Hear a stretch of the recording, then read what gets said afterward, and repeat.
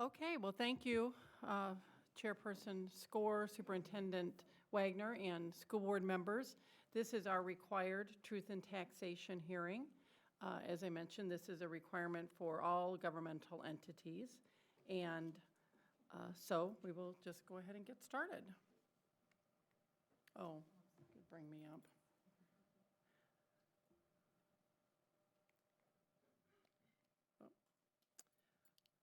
So we have two requirements for our Truth and Taxation meeting, and those are to discuss the district budget and to discuss the 23 pay 24 property tax levy.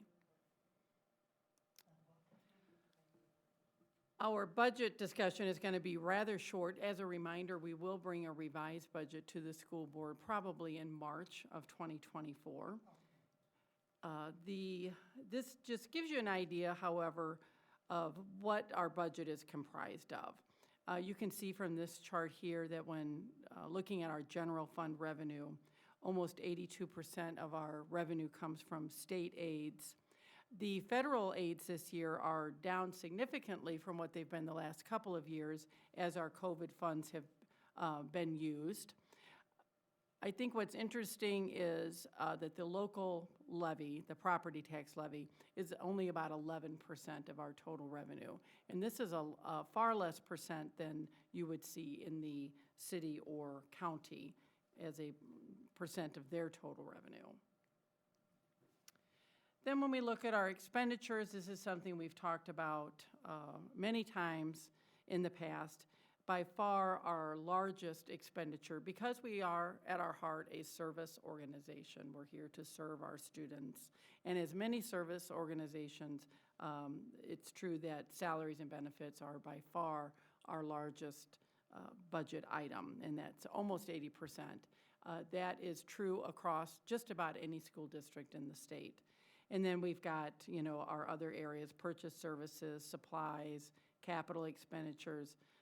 Those all fall into line, but by far the largest piece of the pie is salaries and benefits of our staff. So factors, I think I skipped one there.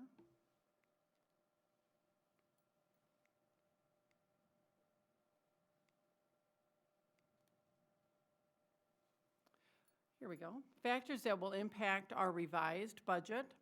Our enrollment, number one, our kindergarten class size is about 30 students fewer than we projected when we approved the preliminary budget in June, and overall about 67 students less than was originally projected. So when we come forward with our revised budget, that will be reflected as a reduction to revenue. So now we'll move on to the levy portion of our presentation. There are three parts to the levy. There's the general fund, the community service fund, and debt service fund. This is actually a slide from the presentation that I gave in September when we were approving the preliminary levy, but I did update the increase. It is a slightly smaller increase than it was in September. The operating referendum is adjusted for a 2.57% inflation. That percent is an MDE, or Minnesota Department of Ed, generated number.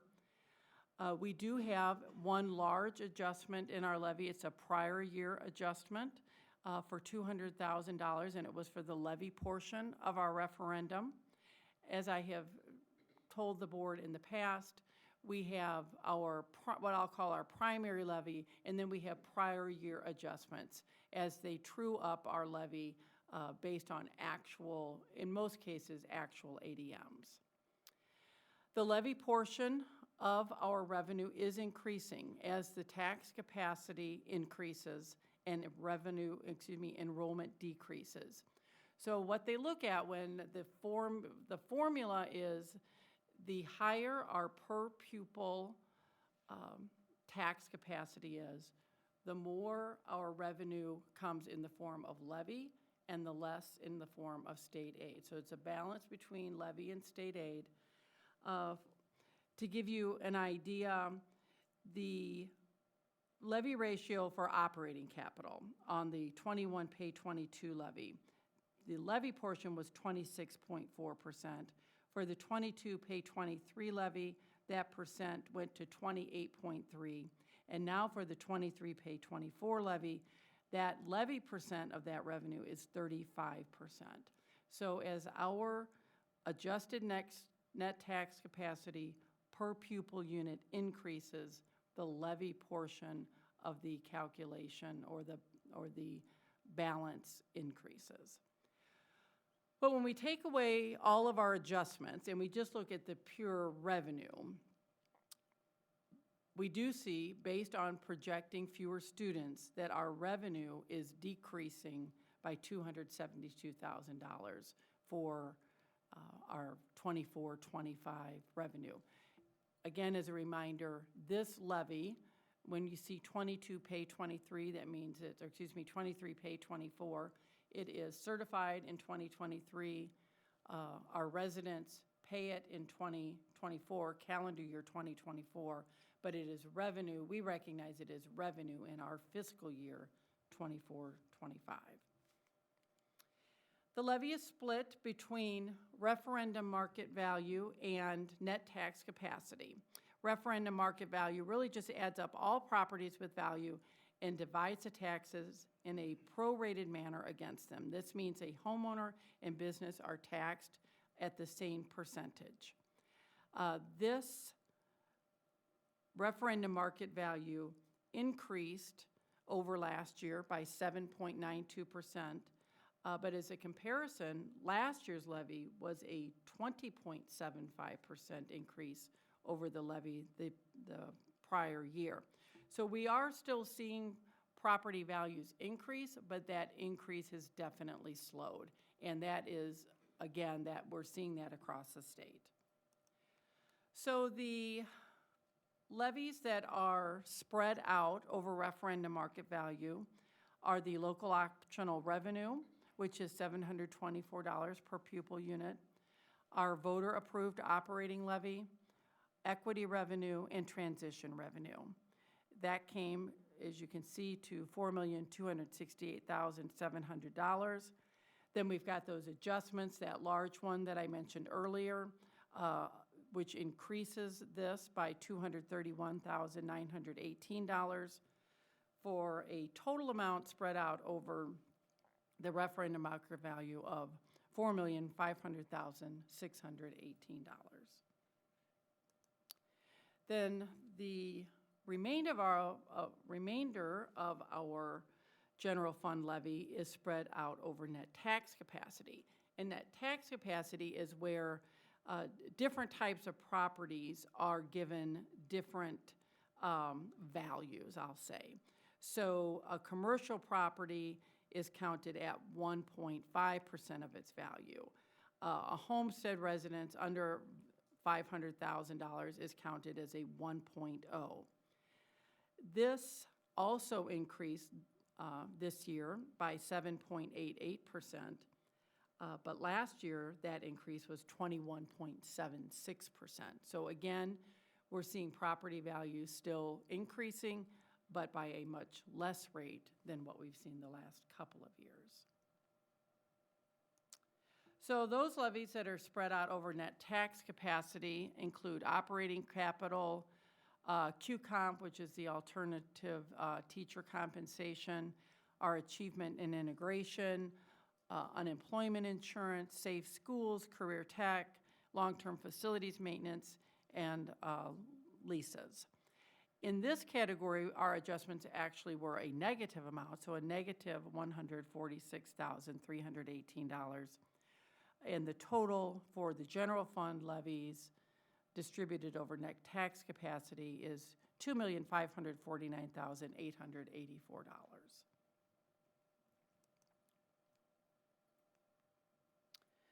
Then we're going to move to Community Service Fund. The Community Service Fund actually decreased by $75,566 over last year, or less than last year. And that is because the state took on a very large portion of the basic community education and early childhood family education aid. It switched from levy to aid. So we do see, even though our total revenue is not going down, in fact, it's going up a little bit, the levy portion of the community service fund revenue is decreasing.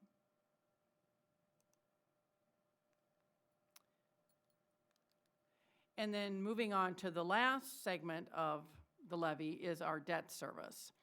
And this is comprised of what are our bond payments going to be in FY25. And they look at the principal and interest of those, and they multiply it by 1.05%.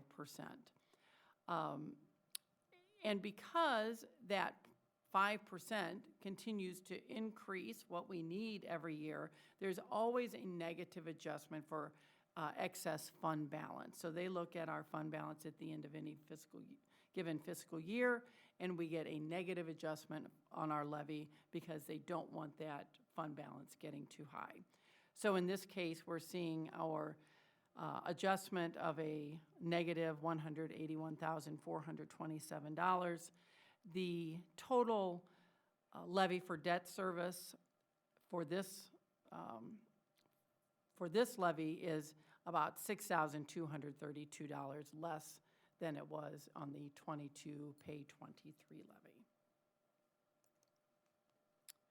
So we usually like to talk about a home valued at $100,000 and the school district portion of their taxes has looked like over time. Now, again, we recognize that a home valued at $100,000 in 2017 is not still valued at $100,000. But in any given year, any home that's valued at $100,000, this is what the school district portion of their taxes would look like. And even though we did jump slightly over last year, what is that, $13, we are still well below what we were in the years 2017 through 2022. And I apologize, I know this is a little hard to read, but basically what this is telling us is that this graph shows that a home valued at $100,000 in 2016 has increased in value on average to $170,000 for the current levy. So this is a 70% increase over those 7 years.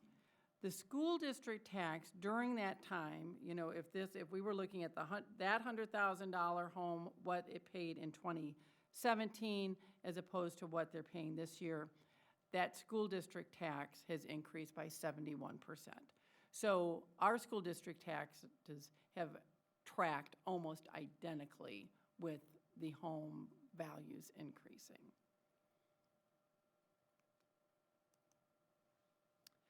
Again, I want to remind the board and the community that we do have what's called the Ag to School Bond Credit.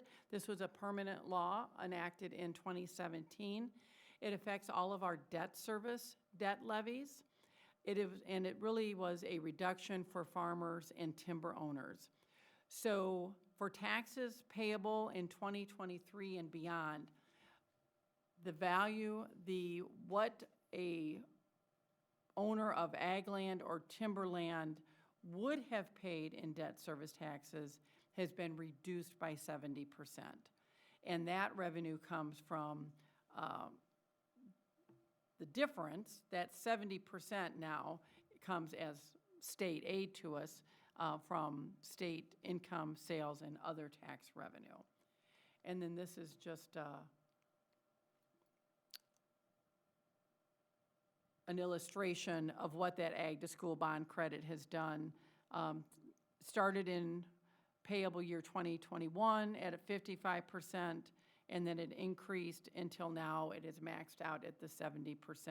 And this is in permanent law at this time. So this has really been very advantageous for our ag property owners, because when we districts ask our taxpayers, especially if we want to sell bonds for building schools, a disproportionate amount of that increase or that revenue was carried by our ag land.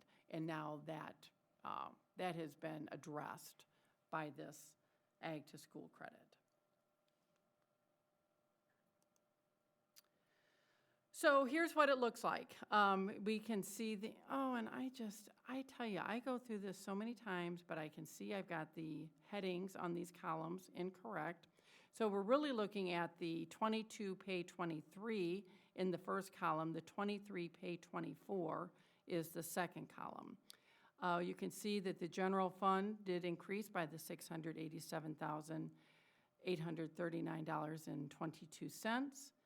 Community service went down by $75,566.71, and the debt service decreased by $6,231.85 for a total increase of $606,040.66, which equates to a 6.42% increase. So what I will be asking the board during the regular board meeting would be to approve this levy at the $10,042,360.48. Yes, and so that, this is just the hearing, the information sharing, that will be an agenda item during the regular portion of the meeting.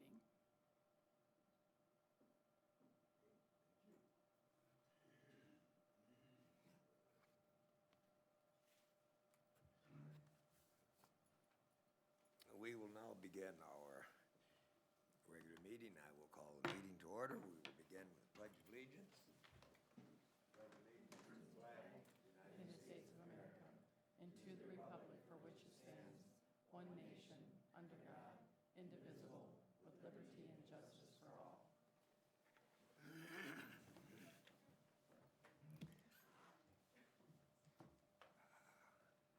Celebrating district success, Employee of the Month, Mr. Gustafson, who is going to make these awards, and Carrie Kirsch.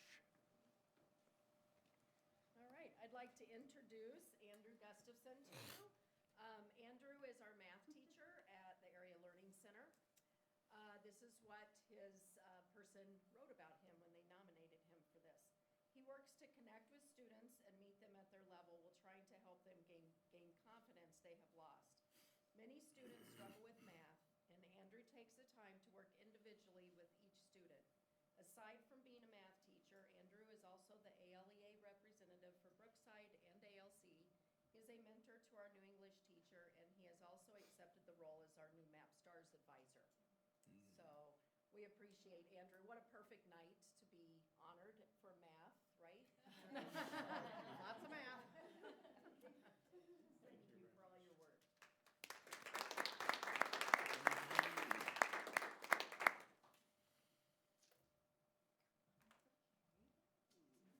It is my pleasure to recognize Carrie Kirsch as the October Employee of the Month. Carrie is one of our amazing job coaches in our transitions classroom and supports our young adults ages 18 to 22. Her colleague wrote, Carrie is a steady hand in our transition classroom.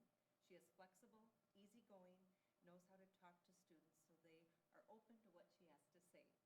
Carrie loves all of our students right where they are at and is able to work with them at the level they are at.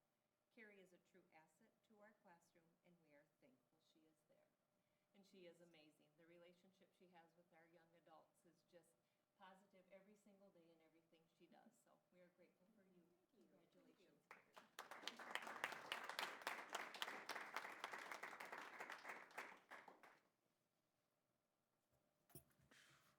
Thank you. I would ask for someone to approve the agenda. Moved by Gary. I'll second.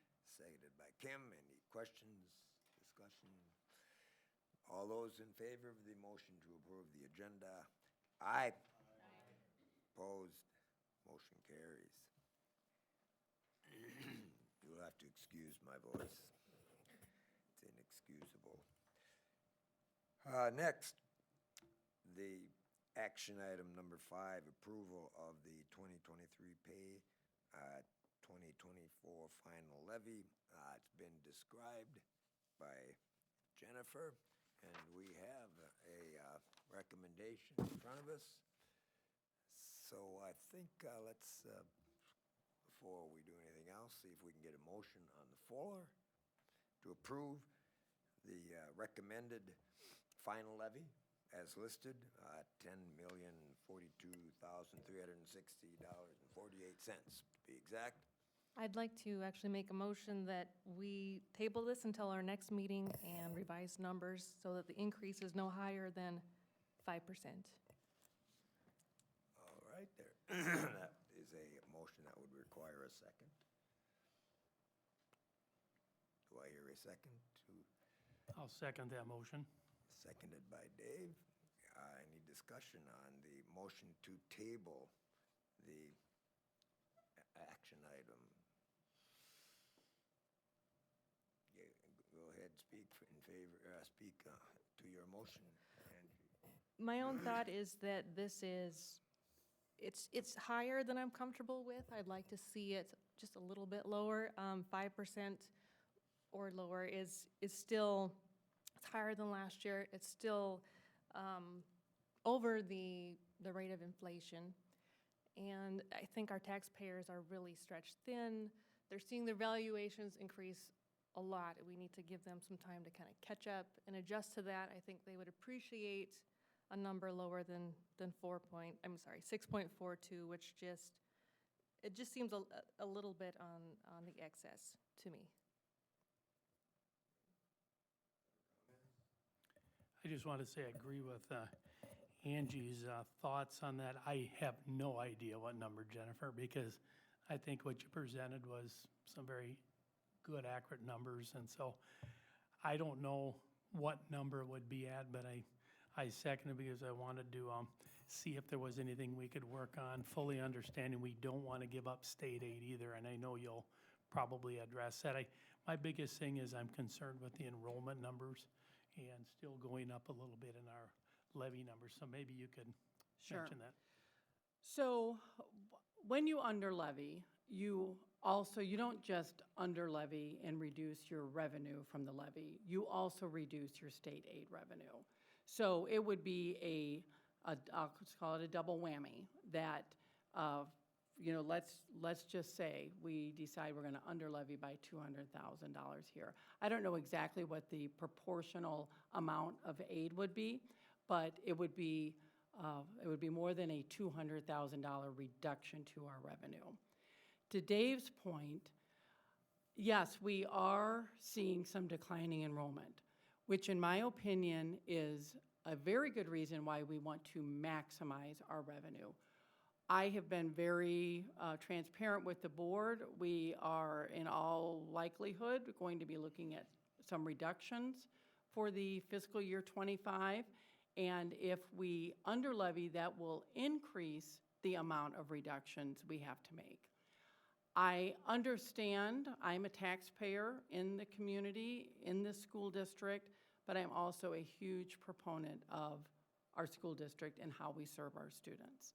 And every reduction we make in some way impacts the students. So to me, it's a balance between the taxpayers and the school district. I think we have been very fiscally responsible in this school district. We have maintained a very healthy fund balance, but that's going to be difficult enough to maintain without reducing our revenue. And that's what an under levy would do.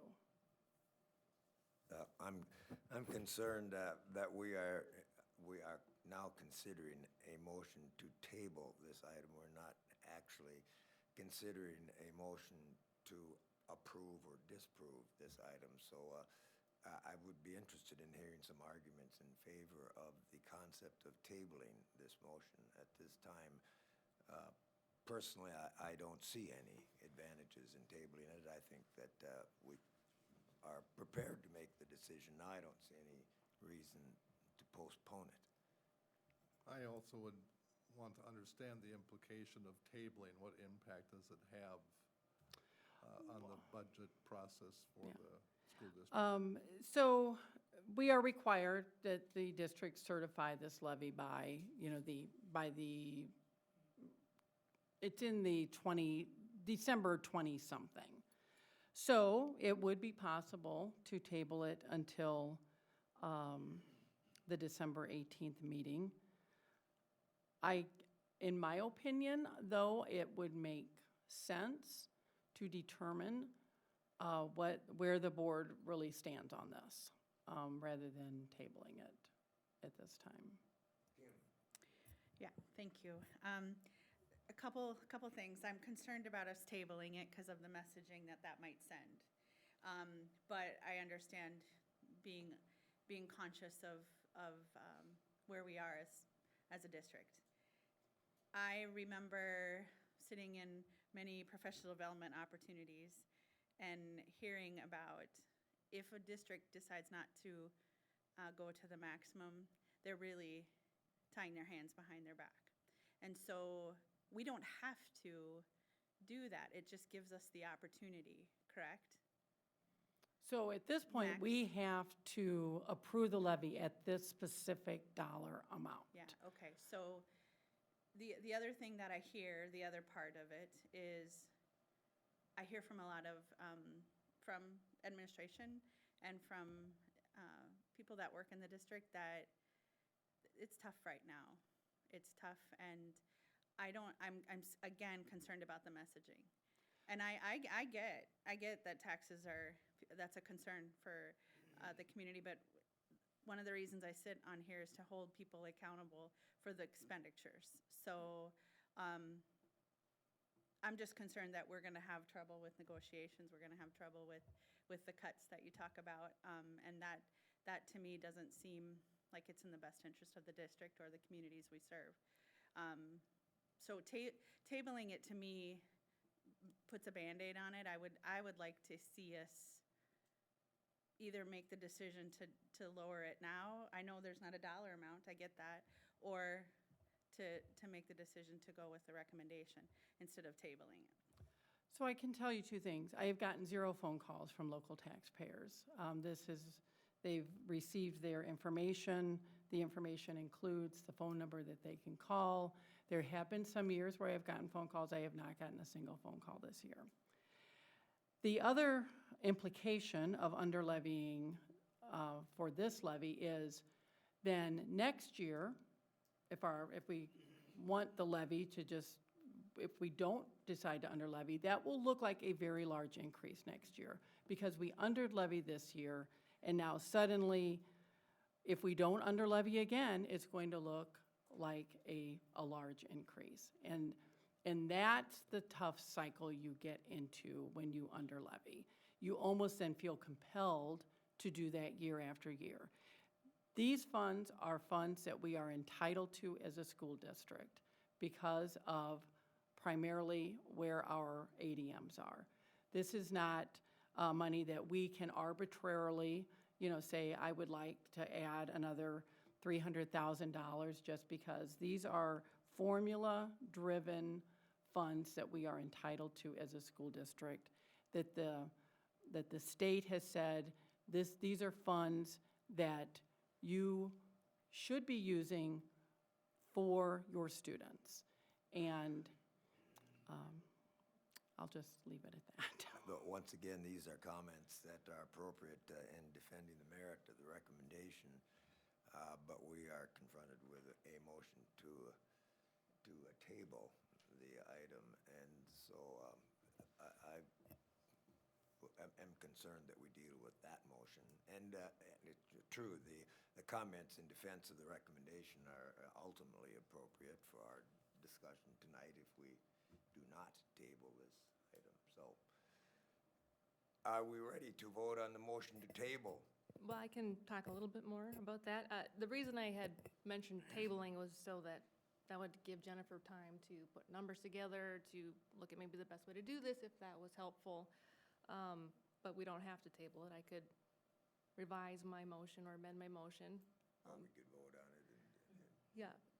But I just wanted to comment too, I appreciate Jennifer's explanation, and I'm sure I would be arguing the same points if I were in your spot. It totally makes sense. It's just going to the max always, I think can be too much for the taxpayers, and I just want to be very conscious of that. Between the last 2 years, if we go to the max again, we will see an 11% increase over 2 years. If we keep doing that, that's going to add up very quick. And so I just want to make sure that we're not going too fast. And to be clear, I'm not arguing to remove funds just to increase them at a slower rate than the max. So, but I'm okay changing my amendment if people would like to decide on the. Well, you could withdraw the motion to table. It's not, or we can vote on it. Just vote on it? Okay. All right, any other comments? My second was purely for discussion purposes. Right. And I think we need these discussion purposes because we are going into contract negotiations. We are seeing revenue drops from the student side, not from the other side, as you explained so well. And that's why I wanted to make sure we had a chance to talk about it tonight. Then I would suggest that we proceed to voting on the motion to table the event, and then we can discuss in a little bit more depth the merit of the recommendation. Okay?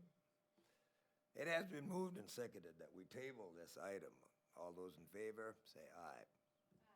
Opposed? Aye. Motion fails.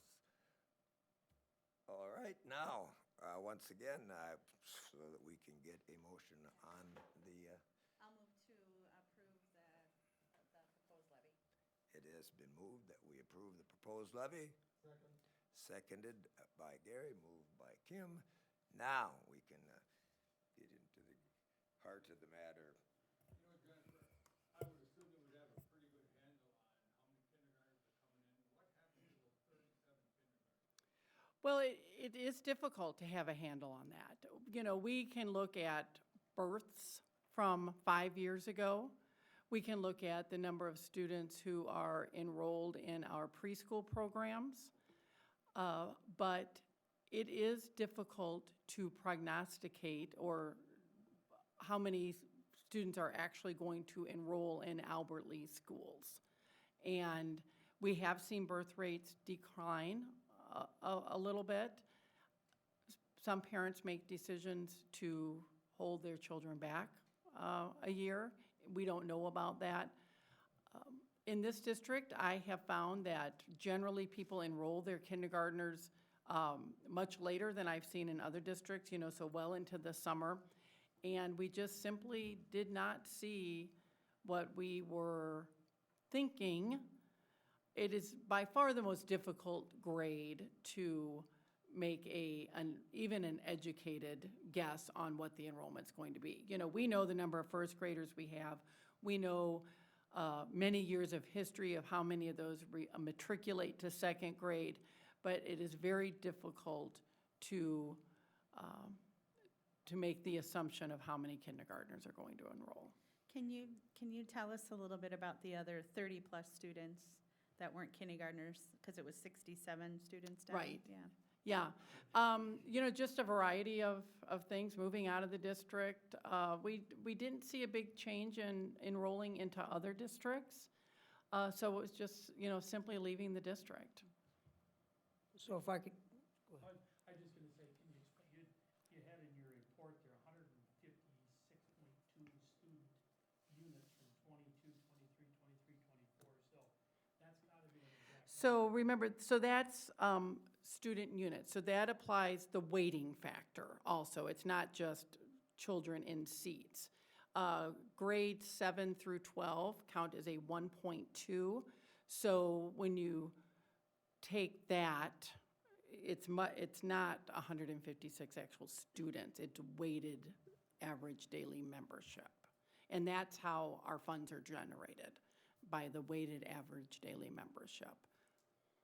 So then, like when we had mentioned earlier, I don't know if you did here, it's like $11,000 approximately. Yeah, about. So the 67 then would be our actual number? Well, depending on but you really have to apply the weighting to them. So when we do the levy, they have, this is based on where we think we are going to be enrollment-wise in 24, 25.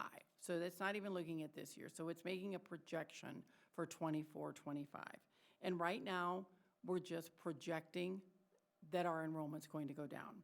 And that's why they had these prior year adjustments, because let's say, our enrollment doesn't go down that much, then these levy amounts will be adjusted during the next 2 years. Enrollment is somewhat difficult to project, especially when it's been more difficult probably these last 2 or 3 years. We've seen a little more movement after students get into the district than we have seen in some prior years. And certainly the kindergarten number. The other big factor is we have lower kindergarten classes coming in than we have 12th grade classes graduating. And that difference in and of itself immediately declines your enrollment. And that's a pretty big part of where we are.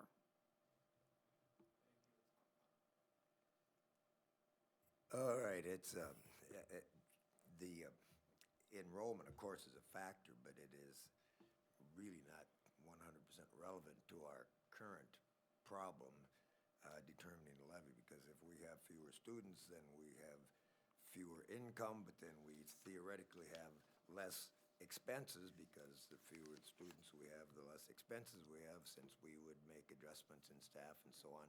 So it's, there's kind of a wash there. But in my way of looking at this, and I've expressed it many times, that we have as a board settled upon a figure, 12%, which we feel comfortable with as a fund balance. And that's just a number. And if we deviate from that slightly, either a positive or negative from year to year, that's inevitable. That's going to happen. As long as we, in the long run, hang around that 12%, that's fine. And as I see it, there are two ways that we can deviate from that 12%. We can spend more than we take in, which is not good, or we can take in less than we spend. And if we do not levy at the max, we will take in less. And I don't want to be there. I do not want to jeopardize that fund balance, which we're comfortable with, by purposefully taking in less. We are going to, in order to maintain that fund balance, we are going to have to make some hard decisions down the road just to maintain that 12% fund balance with the maximum levy that we can generate. And we would be compromising the product that we offered to our district if we were forced to do that. If we took in less, we would be jeopardizing the product, the educational opportunities that we have available to our patrons, and I think we would be committing a disservice to those people that we are here to represent by not enabling an opportunity to offer the best product that we possibly can. That's my opinion anyway. Any other comments? I just had one from your presentation during Truth and Taxation. Talk a little bit about, and I might not have heard it right, but you indicated that seven years of expenditures, we were at 70%, and now we're at 71%. So a home valued in 7 years ago, valued at $100,000. On average, that home, based on the increases in our tax capacity, would now be valued at $170,000. So a 70% increase in their value. Looking at what their share of the levy 7 years ago for a $100,000 home and the levy share now for a $170,000 home, it tracks almost identically with that 70% increase. So it's like a 1%. Yeah, it was a 1% difference. Last year, it was actually a little less of a difference than the way we tracked. The school district share was a little bit less. So, you know, I think what we're saying is a home, as that one graph displays, you know, a home valued at $100,000, if it never changed value, our taxes have really not gone up. Or in fact, they've gone down. But for a home valued at $100,000 7 years ago that has increased in value, kind of commensurate with the whole tax base, the district share of the property taxes just kept pace. Jennifer, when does a school district see the impact in state funding with a decline in enrollment? When is, Well, we see that, we see it every year because the general ed basic formula, which is a per pupil funding, by far the largest single contributor to our overall revenue, that is it's a per pupil amount. And so throughout the year, again, we tell the state where we think we are going to be enrollment-wise. And then we will be revising that here in January. I'll send them new numbers. But throughout the course of this year, we will get 90% of that anticipated revenue. And then they do a 10% cleanup in the following year. And that's why we always have a receivable for our state aid and, at the end of a fiscal year, because they pay 90%. So the students that we serve, our enrollment, almost every single formula is driven, revenue formula is driven by our number of students. Per pupil unit type of deal. Yeah, per pupil unit, yes. And one other thought occurs to me, which has been mentioned. If we were to levy less than that maximum prescribed by law for our local share, that would affect the much larger share that we get from state aid. Yes. And I don't know the exact, No, what but it would look like exactly, because I haven't been through that process. But I do know for sure that it's not simply a reduction in the levy. I do know that there is a reduction in the aid portion of each of these individual levy items. As I mentioned, operating capital was one of the things. I It's- have been through it before, a few years back, when I was a negotiator for the teachers, and the board decided not to levy at the max. It took us about 8 or 10 years to recover from that. Because as I mentioned before, then the next year, Yes. to get back to your normal looks like a very large increase. So then I can only imagine the rationale would be, well, we can't do that much of an increase in 1 year. So you continue on this cycle of not levying for the full amount that you're entitled to as a school district. Right. Can I ask, kind of quick question, just for my own education and understanding this. How is that maximum amount determined? Why was last year's maximum amount, 4.2%, and this year's in the 6s? What's the difference there? Well, the main difference is what I mentioned before, that as the next net tax capacity per pupil has increased, that increases the levy portion of the revenue. Again, take operating capital, let's say you've got 30% levy, 70% aid, and now this year that's gone up to 35, 65. So the total revenue actually is going down, but the levy portion has increased. And I think it might also be safe to suggest that increase, at least this was the case with my personal situation when I did investigate this. I compared what I paid for a school district local levy last year to the proposed this, and it was 7.27% more. And I'm pretty sure that is a reflection of the extent to which the assessed value of my property went Right. up. It had nothing to do with how much well, it did, I suppose. It does, but But- it was, but- when we looked but at yours, we your lev- property value went up at a larger Right, we percent lev- than we the levied at the district share of your taxes We did. levied at the max last year. We are proposing to levy at the max, so that didn't change. Right, So the only thing that I can assume must have contributed to that 7.27% is that my property increased in value, or was assessed at the same rate.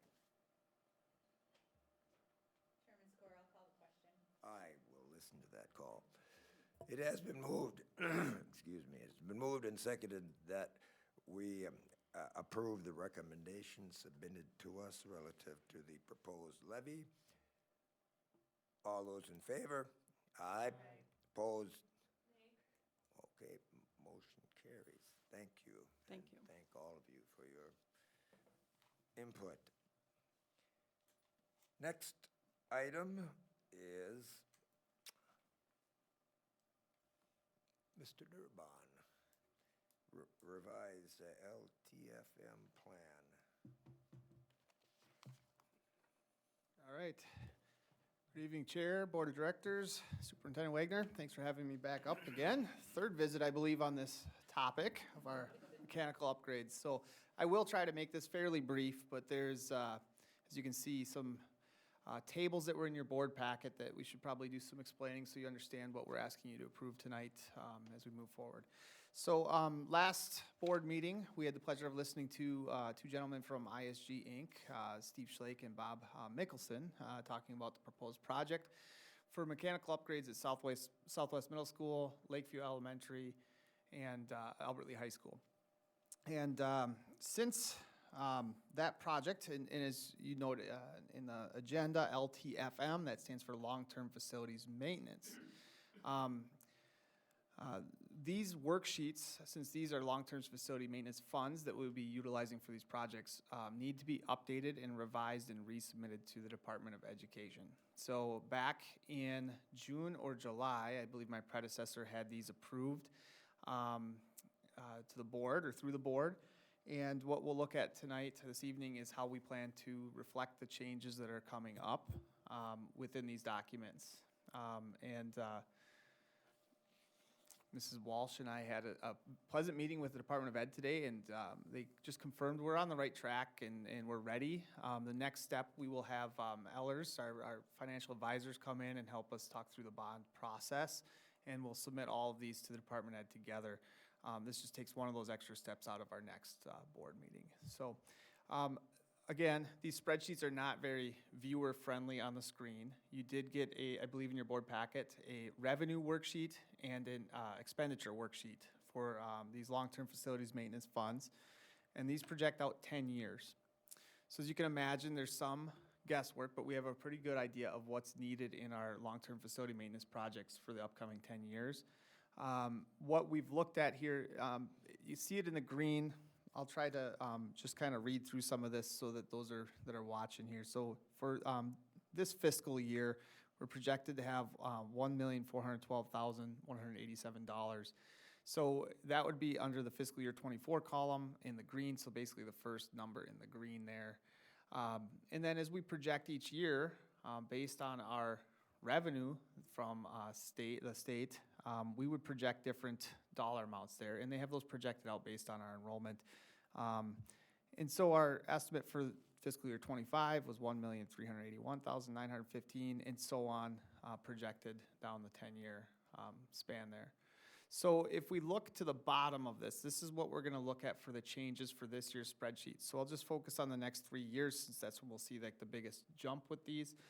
So this year, our projected revenue would be $1,361,540. That's more of a realized revenue there with the revision. Since we're seeing that, we can update that portion. And then into next year, fiscal year 25, what we'll see in the blue, you don't see a blue shaded on your TV monitor there, but in the actual spreadsheets that you'll have in your packet, you'll start seeing in fiscal year 25 our bond payments. So the first payment would be $392,903. And so we'd subtract that from our actual realized revenue that we would see for our long-term facilities maintenance funds. So it would leave us with, in fiscal year '25, $989,012. And then the payments would continue each year, so in fiscal year '26, we'd have another bond payment. Our revenue that we would realize would be $968,478, and so on. So approximately, just to give some round numbers, we're looking at about $400,000 in bond payments each year, which would reduce, a ballpark, if we had 1.4 million in long-term facilities maintenance, about $1 million in LTFM funds for the year.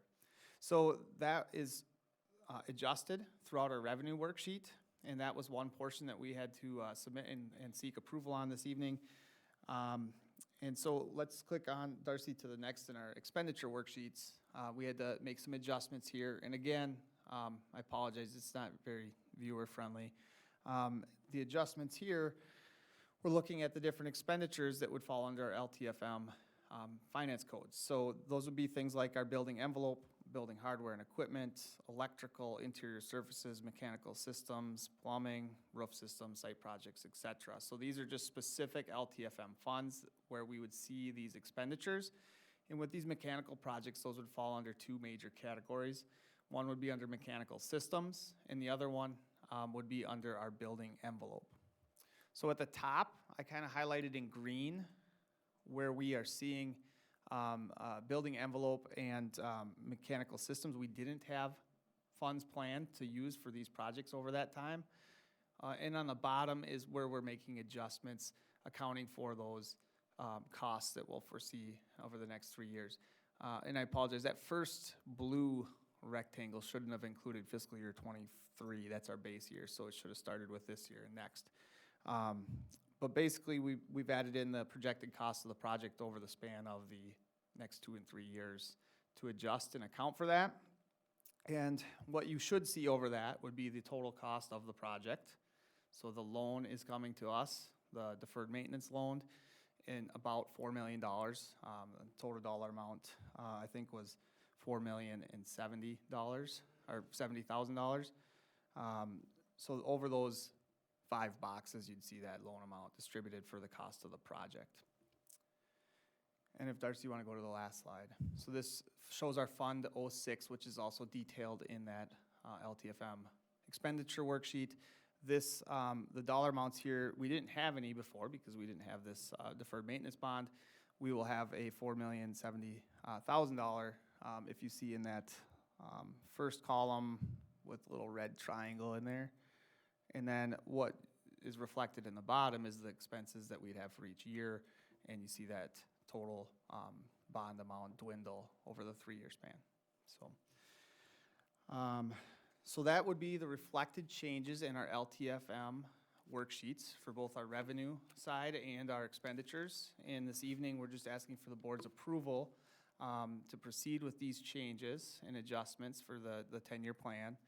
And after that approval, we will have Ellers here next board meeting to talk about the bond proceeds and the payments there. So.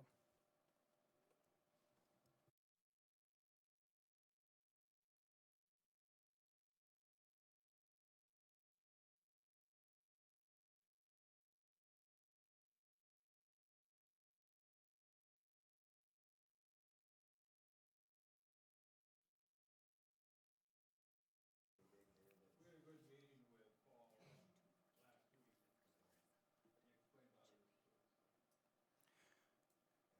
And I'd be happy to go through any of the detail on these mechanical projects as the questions do come up. And I actually forgot one little piece there. Darcy, if you want to go back to the expenditures worksheet real quick, there's a red box on there. That was the only portion in our 10-year plan that reflected something that we're going to replace that was in the works with this project. So that was $610,000 that was planned for our pool dehumidification unit, which is actually half of what it would cost to replace that. So it's good that we're getting ahead of this and financing it through this project. We would have been in a spot where we wouldn't have been able to complete that project at that point anyway. So it's a good adjustment to include it in this project and get ahead of it. It's a pretty massive unit there at the high school. So it ends up being, I think, $1.3 million just for that one dehumidification unit. So that red box, though, that $610,000 will get distributed through the rest of the funds because it's going to be accounted for in the loan. It'll free up the ability to do some other projects with that.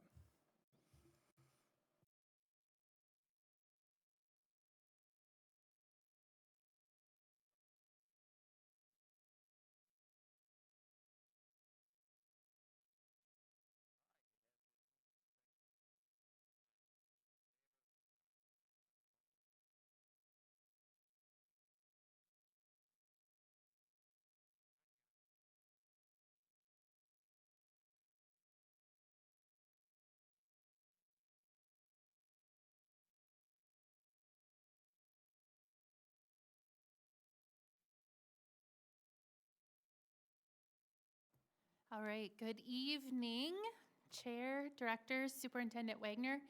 This evening, I will be presenting the World's Best Workforce Report. You did receive the report in your board packet. This is part of the requirements of World's Best Workforce to present the information to the District Curriculum Committee. That was completed in October. And then also share the report with the school board.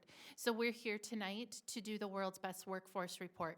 You see that also says Achievement and Integration, but tonight we will focus on World's Best Workforce. And again, you did receive the annual report in your board packet. World's Best Workforce covers Minnesota statute to ensure school districts enhance their student achievement through teaching and learning supports. The 5 required goal areas you see there are all indicated in performance measures within the report. Tonight we'll review each of them. We'll briefly cover what our goals were, but I'd really like our focus tonight to be on looking ahead. What are our next steps? We know what our data says.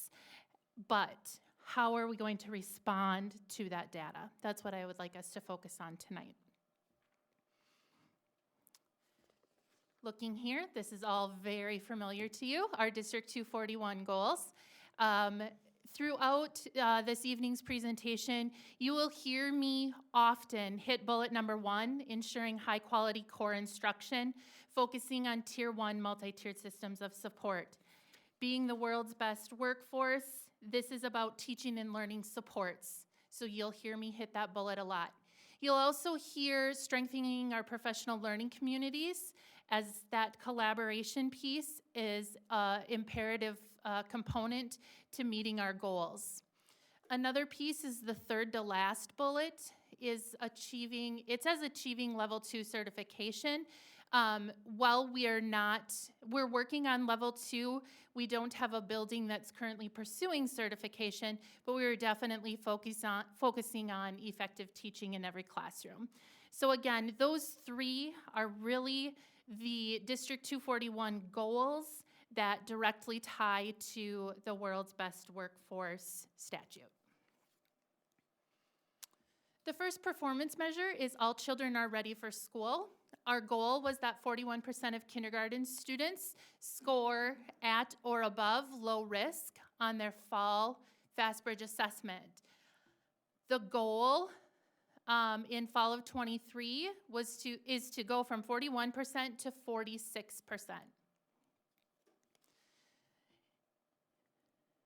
Our fall 23 goal was 46%, our actual was 45%. So although we didn't meet our goal, we made really nice progress towards that goal. From 41% to 45% is a very nice growth to see. And as I said, we'll focus on looking ahead. Looking ahead, we want to move that needle from 45% to 48%. How? That's what we should be talking about. What strategies are we going to put in place to move that needle? One piece that we've been discussing is, as you're all aware, in November of this past year, we started with that district strategic roadmap. And we started talking about what are our strategic directions. 2 of the strategic directions that we've been talking about are amplifying student learning to ensure that they're well prepared for our classroom. That speaks directly to this performance measure, all children being ready for school, and also fostering a learning environment that prioritizes the whole child. In our strategic direction work, we talked about those components being academic success, mental and emotional well-being, as well as inclusivity. This, again, speaks directly to that strategic direction that we're doing through our strategic roadmap work. One of those pieces is ensuring that we have solid partnerships with our caregivers, making sure that we have quality transitions from our early learning programs to our kindergarten buildings. And then with the READ Act, that professional development for early childhood staff, instructional growth and literacy, our early learning programs are part of the READ Act requirements. So looking ahead, we'll make sure that our early learning teachers receive the professional development components for literacy training, just like we're doing for our other staff.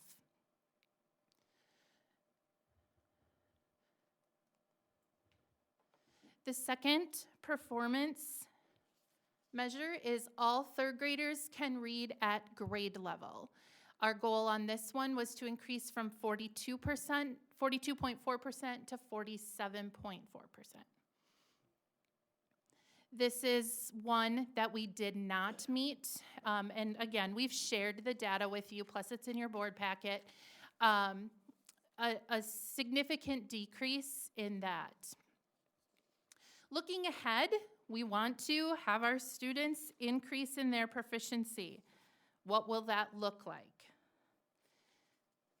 Again, as I shared, that first bullet is multi-tiered systems of support, making sure that we are regularly reviewing our data with a focus on student needs. How are we going to meet those needs?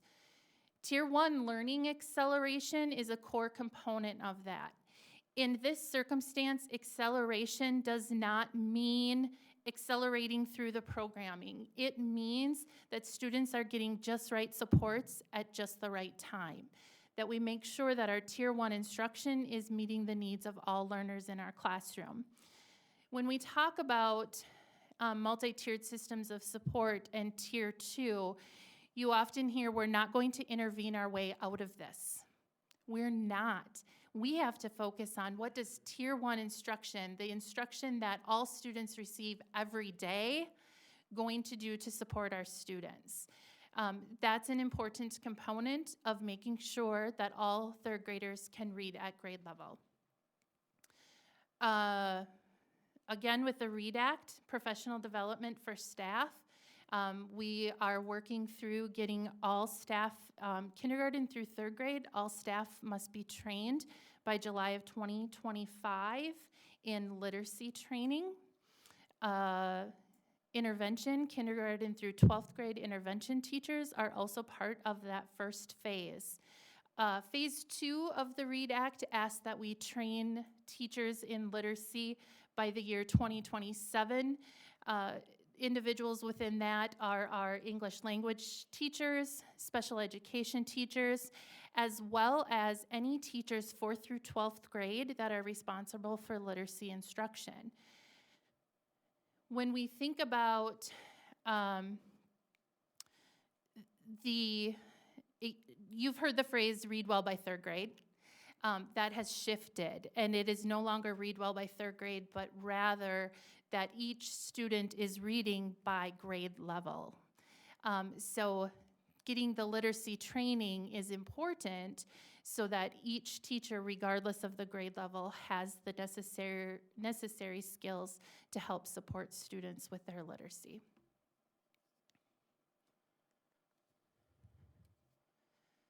The third performance area is all racial and economic achievement gaps, closing those gaps. Our goal was to decrease the achievement gap in both reading and math proficiency across the subgroups by May of '23. What you're seeing on this, in terms of the numbers, we wanted to make sure our gap is decreasing. So if it is highlighted in yellow, was extremely close. If it is in green, that is a subcategory in which we met. So for our Asian subgroup, we decreased the achievement gap. In math, in our 2 or more races subgroup, there was no gap in the area of reading. So 4 out of the 8 categories were close or met, but work to be done in other categories. So what will that look like? We want to continue to work on this. Our goal for this coming school year for World's Best Workforce is by 3 percentage points. This one for me is exciting because we have lots of things in place that have impacted the progress that our students are seeing. So the first section is success coaches. Continuing with our Korean and Spanish success coaches is important for us to continue to work on reducing this achievement gap. Another exciting component that's coming in the year forward is looking at adding coaching support for our American Indian population so that which most of them fall under the 2 or more races category. We want to be able to specifically look at credit earning opportunities and 4-year graduation rate. So adding with the Achievement and Integration in American Indian Education Aid, being able to support that group of students pending grant approval. Again, these all fall under those 2 strategic directions that I highlighted of fostering a learning environment that prioritizes the whole child. Specifically for this performance measure, though, it's focusing on that inclusivity piece. In the bottom right-hand corner, another one you see there is increased professional development on topics of culture. We did add, historically, we've offered 1 opportunity for cultural competency as part of our professional development CEUs, which is 2 1.5-hour training sessions that we coordinate with the Southeast Service Cooperative. We've actually offered that twice this year, once in semester 1 and once in semester 2, so that there were a greater number of opportunities for staff that wanted to take advantage of that CEU opportunity. So there'll be 1 in each semester. We've talked about that piece of understanding culture. But one piece that we also need to think about is that it's crucial for us to understand our own personal biases before we can embark on that too, and really recognize what our personal preconceptions are that we might bring to the space. So being able to recognize personal bias, being able to foster that self-awareness, and enable individuals, teachers, staff, administrators to approach cultural bias with openness and humility so that we can promote an inclusive and respectful environment for our students. If we're able to do that, we'll be able to see a decrease in our achievement gap.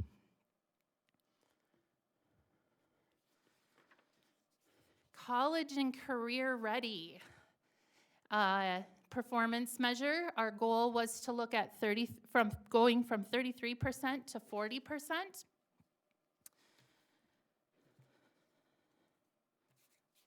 Did I skip one? No, I didn't. The goal was written for a composite score of 23 on the ACT. This is a topic area that secondary staff discussed at length of, do we leave our goal at a composite score of 23 or do we switch it to a composite score of a 21? Our goal was 23 and 26% of students achieved that score of 23. It was interesting to look at, had we written the goal at 21, 42% of our students met the goal of 21. So although we did not meet the goal of 40% achieving at 23% or higher, there was that 40% at 21 or higher. in looking at what does that mean, what does a 21 versus a 23 mean? 21 still indicates a solid performance, but 23 really is a obviously a higher level of mastery, showing more understanding, advanced understanding and proficiency levels, but also for students that are college-bound, knowing this performance measure is career in college, but for students that are college-bound, a 23 might open up additional college or scholarship opportunities. But a 21 is solid for career-ready individuals. Looking ahead, moving that needle from 26% to 35% feels like an attainable goal. And again, this World's Best Workforce Plan is really gathering input from various stakeholders. So this conversation happens among teachers and administrators as well to get their input of what is an attainable goal. I'm done. Okay, so looking ahead, what does that look like? Again, that focus on high quality Tier 1 instruction. The middle one you'll see is Naviance. For those of you that are not familiar with Naviance, it is a program available to our school counselors and advisors that help students with career and college planning resources. As part of this plan, we have looked at working with our guidance counselors to really recommit to utilizing Naviance on a regular basis with our students. Additionally, in this one, opening up course opportunities when available for things such as On to College, first-year experience. And my colleague here, Director Halverson, is really working through some of those other opportunities outside of the college scheme and what does that look like down the career path as well. The final performance measure is students graduating from high school, and this one also includes subcategories of 85% of students. 85% of students graduate within each of the subgroups. One thing to note on performance measure, this performance measure is the graduation rate is reported in March from the previous year, so the data isn't up to date just based on MDE reporting. But in looking at this for 2022, students graduating from high school, so these are 2022 graduates, we met in the subgroup of our Asian population above 85%. We did not meet in the subcategories of Hispanic or white, but were an increase from the previous year. So while that does not meet overall, we partially met with our Asian subgroup. Looking ahead, again, focusing on that Tier 1 instruction, utilizing the Naviance program, and then getting student supports for earning credits. One piece that we've seen a significant success with is guided study halls, allowing students to have credit earning opportunities to make up credits during the school day, rather than just the after-school credit recovery or the summer school credit recovery program. Principal Dibble has reported that we have freshmen and sophomores that are doing real-time credit makeup, and that's an exciting piece, especially when we look at our area learning center and the services they provide for students, but what can we do to mitigate the number of students needing to access our area learning center, and guided study hall has been a benefit. Also, adding the REACH program, as you know we did last year, that also has been a great opportunity for students to have more just-in-time supports to help them be successful. And then co-teaching, we've added at the secondary level this year, having our English language teachers joining our English teachers. And then in some circumstances, we also have co-teaching happening in science or math classes. Again, in an effort to help students towards credit attainment and on-time graduation. Just a recap of the 5 performance measures that I covered this evening. Any questions?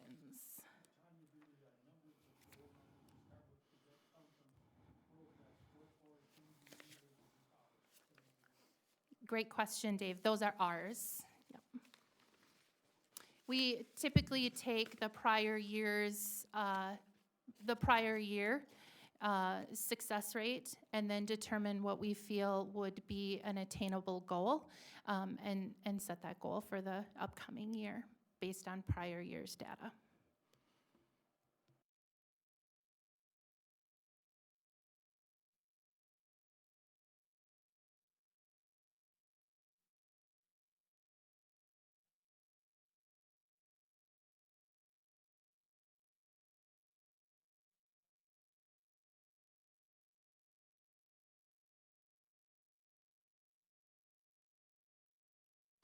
I would imagine it's information that we can find out. World's Best Workforce needs to be posted by each school district.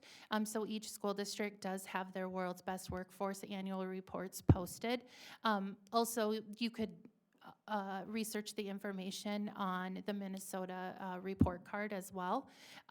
As a singular report, and Director Nelson, maybe you would know more, but as a singular report on World's Best Workforce goals, I'm not aware of a larger report that would give that information, particularly with each district being able to set their own goals. So it's not a common measurement tool, but you could certainly see where you compare to other districts in terms of achievement.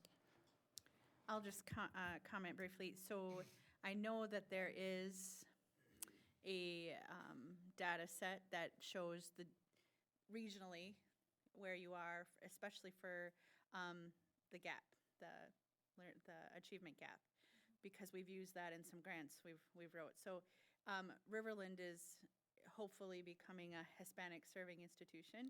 25% of our population are Hispanic students. So it was great to see some movement there. But that's why we would get that information. So I think there is. I just don't know if that's a specific query within the reporting, and I can certainly follow up, and because I think it's more for what's coming out of schools more so than schools needing that information. So yeah. The other thing I wanted to say was, did you want to go first? Okay. So goal number 2.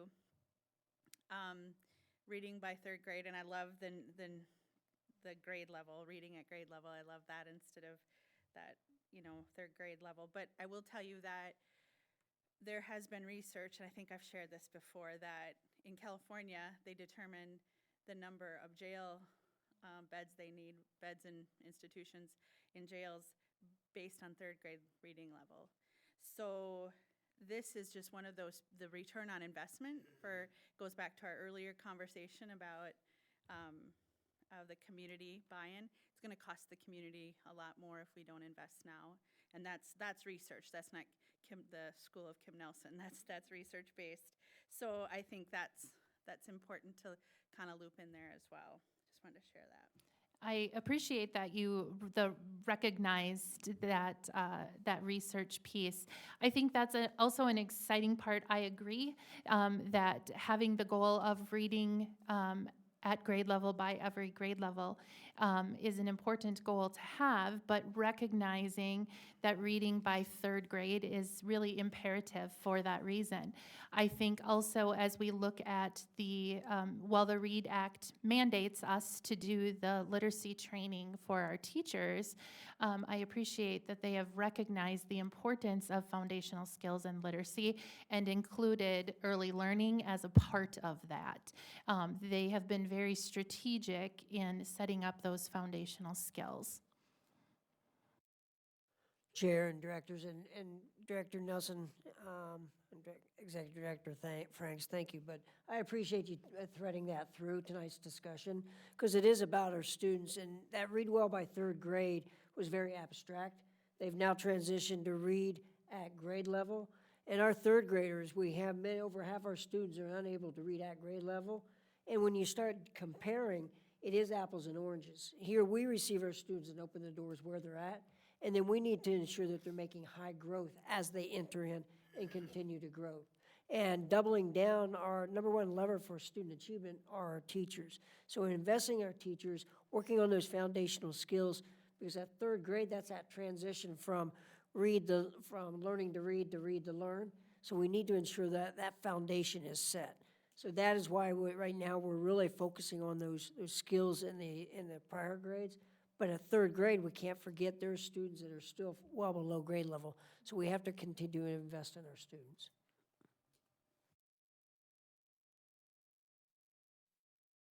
Thank you. I'm always amazed by facts and figures and statistics and data and research and, describing students in terms of percentages.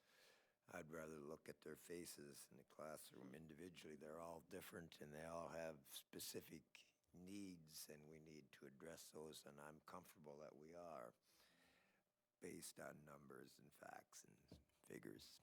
Thank you, Tanya.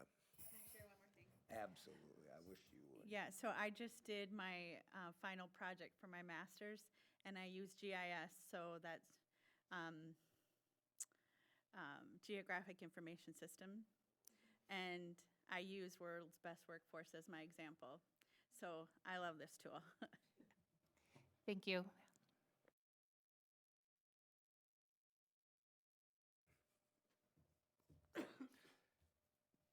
I believe we're done. The agenda has been exhausted, so I will declare this meeting adjourned. Thank you all. Our next meeting is as posted.